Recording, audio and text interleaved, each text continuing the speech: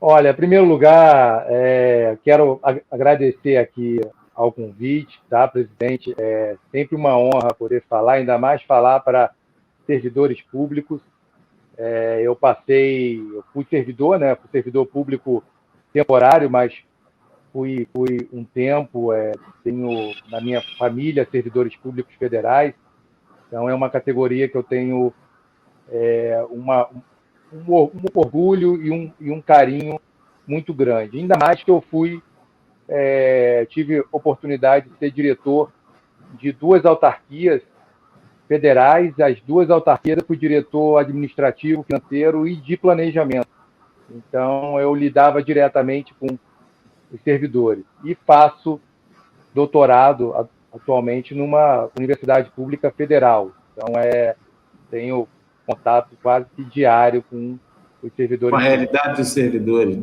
Com a realidade dos servidores públicos. Acontece que os servidores, eles vêm, vamos dizer assim, tendo...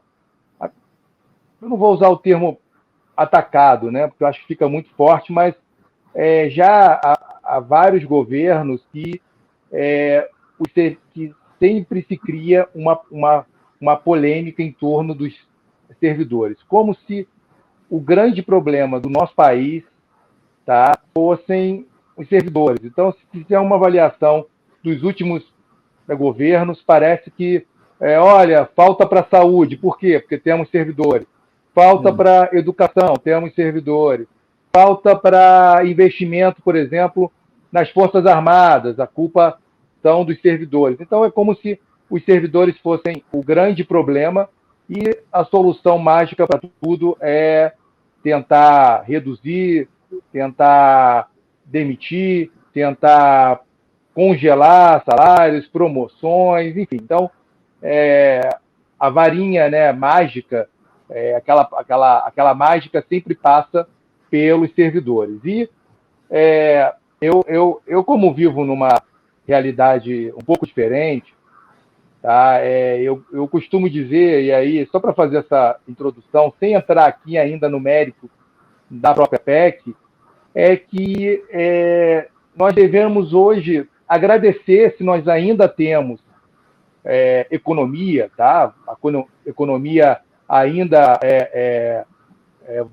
vamos dizer assim, ainda com esses respiros, muito por causa dos servidores. Porque, se a gente for parar para pensar, existem municípios no nosso país que eles vivem da arrecadação exclusivamente dos servidores. São municípios em que existem ou que transitam, tá, servidores federais, inclusive, quase que diariamente, ou municípios que dependem da estrutura, tá, dos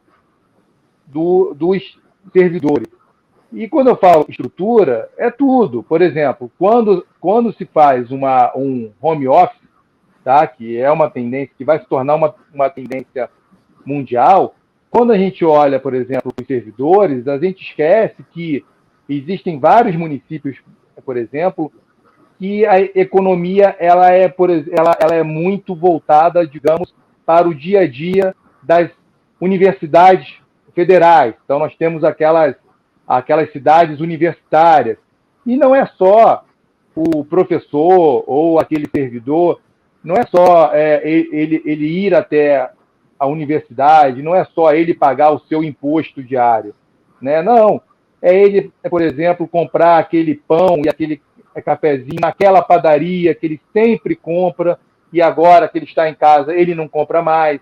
É aquele posto de gasolina onde ele abastece o seu automóvel, é aquela papelaria onde ele compra os seus materiais, não só os materiais para os seus filhos, mas os seus materiais para o seu trabalho, já que nós sabemos que os servidores, muitas das vezes, eles arcam com o próprio bolso, tá, para eles terem a dignidade no dia a dia do trabalho deles. Tá? O que está acontecendo no home office, sem cortar o senhor hoje, o home office dos servidores federais é que eles que estão bancando. Eles bancam a internet, computador, gasto, periféricos, tudo isso é o servidor que está fazendo. Eles bancam isso daí, já bancavam antes, porque a gente sabe que muitos dos servidores eles continuam trabalhando em casa, tá? Eles já trabalhavam em casa, ou seja, não é só aquele horário de expediente, eles levam o trabalho para casa, tá? Então eles já bancavam uma parte, mas agora, como eles não estão, a grande maioria está, digamos, em casa, eles deixam de alimentar uma economia importante, que muitas das vezes são daquelas micros e pequenas empresas que dependiam exclusivamente de servir ao dia a dia daqueles servidores em seus municípios. Então, vários municípios, eles estão, vamos dizer assim, abre aspas, à beira da falência, tá? Porque não estão arrecadando, as micro e pequenas empresas estão quebrando, tá? Já que elas não podem mais, já que o foco delas era vender e era prestar serviços para os servidores. Então, nós temos um grave problema que ele é pouco identificado. Quando a gente para ler algumas análises ou quando se faz algumas críticas, nós esquecemos também, mas o servidor ele continua ganhando o seu salário, ele não reduziu, enquanto o setor privado, sim. Mas esquece que esse servidor também, ele aquece muito a economia, né? Vários serviços ali são custeados, são pagos pelos servidores públicos. Então, isso aí é um ponto, tá, que merece sempre ser feita uma reflexão.